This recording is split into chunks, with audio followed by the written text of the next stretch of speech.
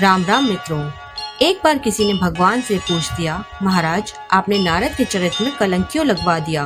क्योंकि नारद जैसे महात्मा जिन्होंने काम, क्रोध तथा लोभ तीनों को जीत लिया, पर बीच में आपने विश्व मोहिनी के चक्कर में उन्हें डाल दिया।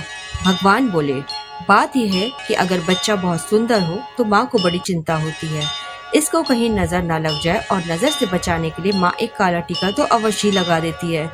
इसी प्रकार मैंने भी देखा कि नारद ने तो काम, क्रोध, लोभ को जीत लिया है, अब बस इसको नजर लगने ही वाली है। नजर लगने का भी रामचरितमानस में भगवान श्री राम के संदर्भ में बड़ा सांकेतिक अर्थ दिया गया है।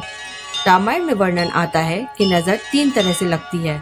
बाल कांड में लिखा है कि कौशल्या जी, सुमित्रा जी और कैकेयी जी श्री राम को देखने के पूर्व हाथ में एक तिनका ले लेती हैं और उस तिनके को तोड़कर फिर श्री राम को देखती हैं, सीधे श्री राम को नहीं देखती। निरख छवि जननी त्रिंतोरी। किंतु तिनको को पहले तोड़कर फिर श्री राम को देखने का सीधा सा तात्पर्य है कि माताएं सोचती है कि कहीं हमारी नजर श्री राम को न लग जाए, इसलिए तिनके पर ही सारी नजर का प्रभाव डालकर इसे ही कष्ट में डाल दो और श्री राम की सुंदरता को बचाओ। पर गीता वाली रामायण में गोस्वामी जी कहते हैं कि जब श्री राम रोने लगे तो माताओं को लगा कि अवश्य किसी की नजर हमारे बालों को लग गई है, परंतु किसकी लगी है? तो उन्होंने विचार किया कि लगता है किसी बुरी स्त्री की नजर लग गई है, किंतु अब क्या किया जाए? तो तुरंत गुरु वशिष्ठ को सूचना दी गई। वशिष्ठ जी आए और उन्होंने श्री राम को गोद में ले लिया तथा जो नजर बालक पर पड़ी थी उसे उतारकर उन्हें कौशल्या जी की गोद में दे दिया। नजर उतरते ही बालक राम दूध पीने लगे। नजर लगने के तीसरे एक विलक्षण रूप का गोस्वामी जी ने गीता वाली रामायण में वर्णन करते हुए लिखा कि श्री राम एक दिन आंगन में खेल रहे थे और आंगन में जो मणि का खंभा बना था, अचानक उस ओर भगवान श्री राम की दृष्टि गई। श्री राम का प्रतिरूप जब उसमें दिखाई देने लगा तो श्री राम अपने रूप को देखकर इतने मग्न हो गए कि खेलना छोड़कर वे खंभे की ओर ही देखने लग गए। यह दृश्य सुमित्रा अम्बा देख रही थी। वे तुरंत भागी हुई आई और आते ही उन्होंने सबसे पहले बालक राम की आंखों पर अपना हाथ रखकर उनकी आंखें बंद कर दी। माँ से किसी ने पूछ दिया कि आप श्री राम की आंखें क्यों बंद कर रही हैं?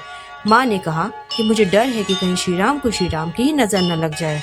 तो भाई, नजर लगने वाली बात बड़ी अटपटी है, क्योंकि अपनों की नजर लग जाती है, औरों की लग जाती है तथा अपनी भी लग जाया करती है। व्यवहार में हमारे जीवन में तीनों प्रकार की स्थिति आती है। अपनों की स्नेह भरी दृष्टि भी लग जाती है, परायों की बुरी दृष्टि लग जाती है, पर सबसे बड़ी बात है कि कभी कभी हमें अपनी ही दृष्टि लग जाती है। गुणवान है, हम बड़े श्रेष्ठ हैं और हम बड़े सुंदर हैं। रामायण में इन तीनों दृष्टियों से बचने का उपाय बताया गया है। भगवान से जब नारद के संदर्भ में भक्त ने प्रश्न किया तो भगवान ने कहा कि नारद को दोनों की ही दृष्टि लग गई। एक तो नारद को काम की दृष्टि लग गई, पर उससे भी बड़ा संकट तब पैदा हो गया जब उन्हें अपनी ही दृष्टि लगने लगी। जब नारद ने काम, क्रोध तथा लोभ को हरा दिया तो काम ने आकर चरणों में प्रणाम किया, पर जाते जाते वह नजर लगाता गया।